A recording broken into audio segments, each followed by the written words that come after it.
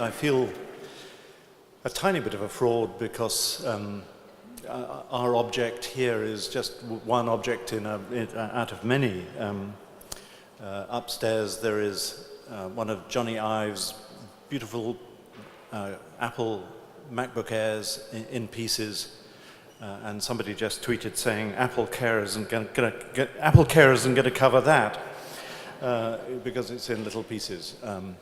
I imagine the story is familiar to most of you, that this dates back to the summer of 2013 when we started publishing the revelations from Edward Snowden. It was the largest leak of its kind in history.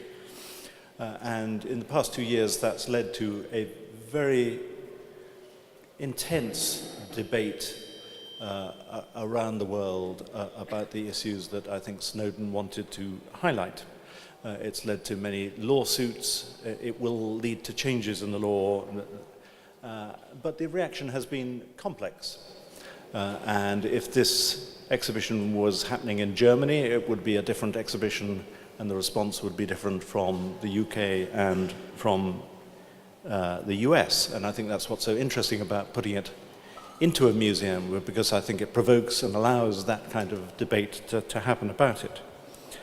Edward Snowden, in distributing the material originally, did aim for a geographical spread. It was in, I think, 5 different continents, 5 different countries in 4 different continents. And it wasn't a surprise, it wasn't long before we got visited at The Guardian by the British government, and that contact arrived in the form of the Cabinet Secretary, Sir Jeremy Hayward. It was a pleasant enough conversation. He wanted us to stop. I said we weren't yet ready to stop, and that if he did try and stop us, publication would continue in Rio de Janeiro and Berlin and Washington, and so it was a difficult story for him to stop. Nevertheless, he was back within a couple of weeks. His mood had changed. It was a slightly less pleasant conversation, and he said it had to stop. Number 10 put it this way: we'd had our fun. Sir Jeremy said, you'd had enough debate. I said, the debate is continuing. He said, you'd had enough debate. And I said, I didn't think it was for the Cabinet Secretary to determine how much debate a country should have about something.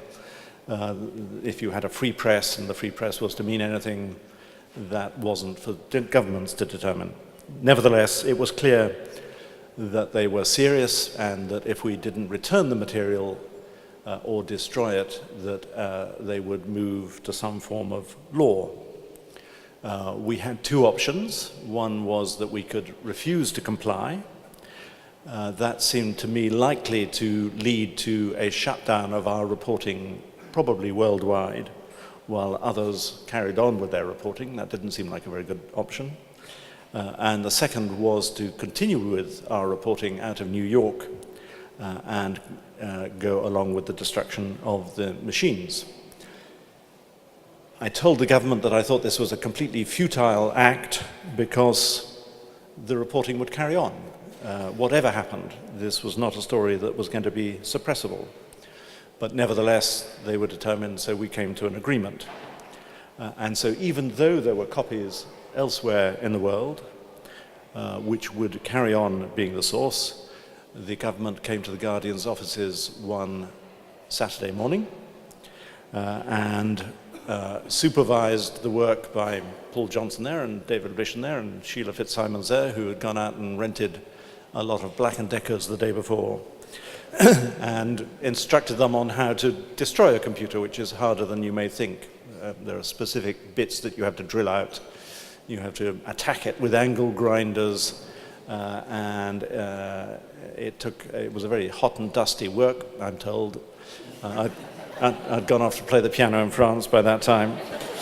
And you end up with those fragments that you'll see upstairs.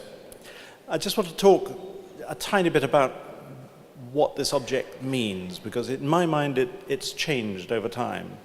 So at first, we had a meeting, we had a visitation from the mayor of Leipzig. And the mayor of Leipzig looked at the smashed up remains, and to him this was a tremendously sinister thing. He thought this was like book burning.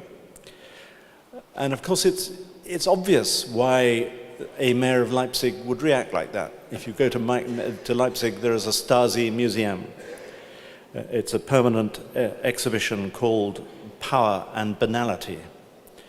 And in that museum, you will find the work of the agents who were working in the post office, opening and reading mail. They routinely broke into homes and planted bugs. They used the technology of the time, which was tiny cameras and bugging equipment. They have jars in this museum of the body sense of potential suspects so that they could be tracked by dogs.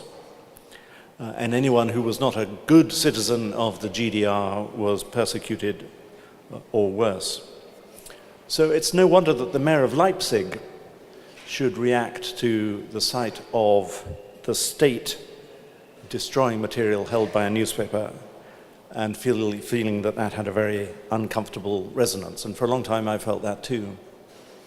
But then my mind's changed over time. And I feel this object has a different kind of meaning for me, because actually we went on reporting. It was impossible to suppress this information.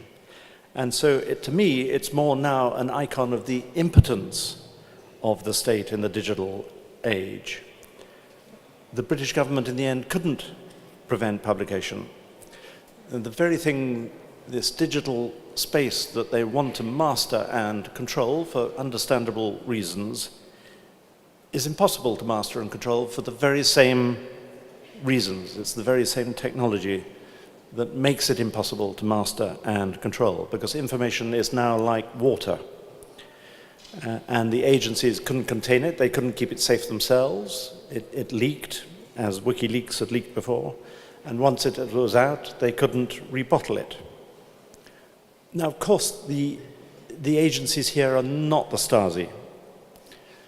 But anyone who's read Orwell writing in 1948 about 1984, which is in the lifetimes of most people in this room, understand the potential for evil and malign uses of that nature of intrusion and of the dangers of complacency.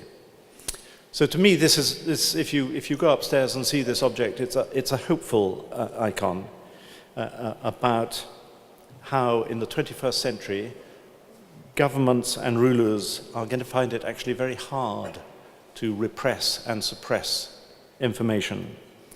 And if you don't live in the UK, if you're not lucky enough to live in the UK and be a citizen here, but to live in a country where information is routinely suppressed, which is probably the majority of governments in the world, I think this is a message of hope.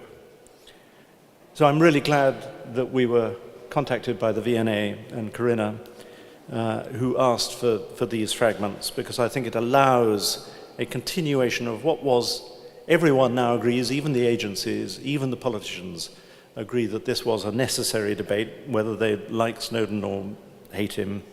It was a debate that had to be had. It had to be a public debate, because it's about the use of our data.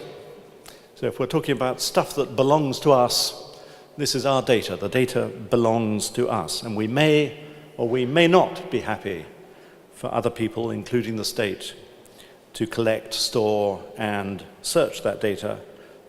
As I say, we may be happy or we may not, but that has to follow on from a debate.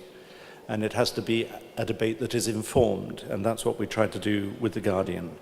It's a public debate. That information belongs to you, and so this symbol of how a state couldn't prevent that debate by smashing up these machines seems to me an incredibly important symbol.